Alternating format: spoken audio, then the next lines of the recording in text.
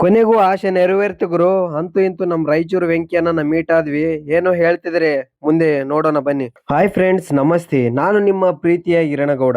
Raichur ವೆಂಕಿಯನ್ನ meet ಆಗ್ಬೇಕಂತ ಹೇಳಿ tip ಟಪ್ ಆಗಿ ರೆಡಿ ಹಾಕಿ ಹೊಂಟಿನ್ ನೋಡ್ರಿ. ರೋಡ್ ಹೋಗಿ ನೋಡ್ತಾ ಇದೀನಿ, ಯಾವ ಬಸ್ನು ಬಂದಿದ್ದಿಲ್ಲ. ಬಸ್ ಬಂದಿಲ್ಲ ಅಂದ್ರೆ ಪರವಾಗಿಲ್ಲ, ನಡ್ಕೊಂಡು ಹೋಗೋಣ ಅಂತ ಹೇಳಿ ನಡ್ಕೊಂತ ಹೊಂಟಿದ್ನೆ. ಹೋಗೋ ದಾರಿಯಲ್ಲಿ ನಮ್ ಫ್ರೆಂಡ್ ಸಿಕ್ರು. ಬನ್ನಿ ಅಣ್ಣ ಹೋಗೋಣ ಅಂತ ಹೇಳಿದ್ರು. ಗಾಡಿ ಹತ್ತಿ ಸ್ಪೀಡ್ ಆಗಿ ಪಾಮನ್ ಕಲ್ಲೂರ್ವರೆಗೆ ಹೋದ್ವಿ.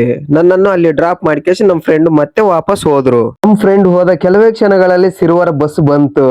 ಬಸ್ ಹತ್ತಿ ಮತ್ತೆ ನನ್ನ ಪ್ರಯಾಣ ಮುಂದುವರಿಸಿದೆ. ಮುಂದೆ ಹೋಗ್ತಾ ಹೋಗ್ತಾ ಸಿರುವಾರನು ಬಂತು. ಬಸ್ ಸ್ಟಾಂಡಿನಲ್ಲಿ ಇಳಿದು ನೋಡಿದರೆ ಕಾಮಿಡಿ ಕಿಂಗ್ ಶ್ರೀಕಾಂತ್ ಮತ್ತೆ ನಮ್ ಡೈರೆಕ್ಟರ್ ಸಾಹೇಬರು ಇಬ್ಬರು ಕೂಡ ಅಲ್ಲೇ ಇದ್ರು. ಅವರನ್ನು ಮಾತನಾಡಿಸಿ ಮತ್ತೆ ನಾನು ರಾಯಚೂರಿಗೆ ಪ್ರಯಾಣವನ್ನು ಮುಂದುವರಿಸಿದೆ. ನಮ್ಮ ಎಡೆ ದೊರೆ ನಾಡು ರಾಯಚೂರು ಕೂಡ ಬಂತು. ನಮ್ಮ ರಾಯಚೂರು ನೋಡ್ರಪ್ಪ, ರಾಯಚೂರು ಉತ್ಸವಕ್ಕೆ ನಗರದ ಮುಖ್ಯ ರಸ್ತೆಗಳಲ್ಲಿ ಕೆಂಪು ಮತ್ತು ಹಳದಿ ಬಣ್ಣಗಳಿಂದ ಕಂಗೊಳಿಸುತ್ತಿದೆ. ರಾಯಚೂರು ನೋಡುತ್ತಾ ನೋಡುತ್ತಾ ಕಣ್ ತುಂಬಿಕೊಂಡು ಬಸ್ ಸ್ಟಾಂಡ್ ನಲ್ಲಿ ಇಳಿದು ನನ್ನ ಪ್ರಯಾಣ ಮತ್ತೆ ಗಾಂಧಿ ಸರ್ಕಲ್ ಕಡೆ ಹೋದೆ. ಅಲ್ಲಿ ಹೋಗಿ ನೋಡಿದರೆ ಡೈರೆಕ್ಟರ್ ಸಾಹೇಬರು ಮತ್ತು ಶ್ರೀಕಾಂತ್ ಇಬ್ಬರು ಕೂಡ ಅಲ್ಲೇ ಇದ್ದರು. ರಾಯಚೂರು ವೆಂಕಿಯನ್ನ ಸೆಕೆಂಡ್ ಫ್ಲೋರ್ ಅಲ್ಲಿ ಇದಾರೆ ಅಂತ ಹೇಳಿದ್ರು. ನಾವು ಇಲ್ಲಿಂದ ಸೆಕೆಂಡ್ ಫ್ಲೋರ್ ಗೆ ಹೋಗಿದ್ವಿ. ಗ್ರೀನ್ ಲೀಫ್ ನಲ್ಲಿ ಅಣ್ಣವರು ಶೂಟಿಂಗ್ ಮಾಡ್ತಾ ಇದ್ರು. ಶೂಟಿಂಗ್ ಮಾಡಿದ್ದನ್ನು ಕೂಡ ನಾವು ಸ್ವಲ್ಪ ಹೊತ್ತು ನೋಡಿದ್ವಿ. ಶೂಟಿಂಗ್ ಮುಗಿದ ನಂತರ ನಮ್ಮ ಶಾರ್ಟ್ ಫಿಲ್ಮ್ ಟೈಟಲ್ ಪೋಸ್ಟರ್ ಅನ್ನು ರಾಯಚೂರು ವೆಂಕಿಯನ್ನ ಮತ್ತು ಕೋಟೆರಾಜನ್ನ ಬಿಡುಗಡೆ ಮಾಡಿ ನಮ್ಮ ಟೀಮ್ ಗೆ ಆಲ್ ದ ಬೆಸ್ಟ್ ಕೂಡ ಹೇಳಿದರು. ನಂತರ ವೆಂಕಿಯನ್ನ ನನಗೆ ಶಾಕಿಂಗ್ ಕೊಟ್ಟು ನೋಡುವ ಪ್ರೇಕ್ಷಕರಿಗೂ ಕೂಡ ನನ್ನ ಬಗ್ಗೆ ಎರಡು ಮಾತುಗಳನ್ನು ಹೇಳಿದ್ದಾರೆ. ಏನು ಹೇಳಿದ್ದಾರೆ ಅಂತ ಮುಂದೆ ನೋಡೋಣ ಬನ್ನಿ.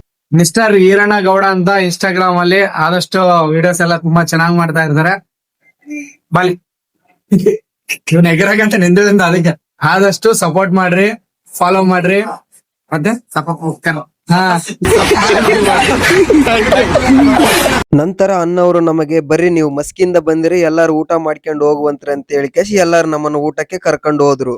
ಊಟಕ್ಕೆ ಕರ್ಕೊಂಡು ಹೋಗಿ ಅಲ್ಲಿ ನಮಗೆ ನಾನ್ ವೆಜ್ ಊಟವನ್ನು ಕೂಡ ಮಾಡಿಸಿದರು.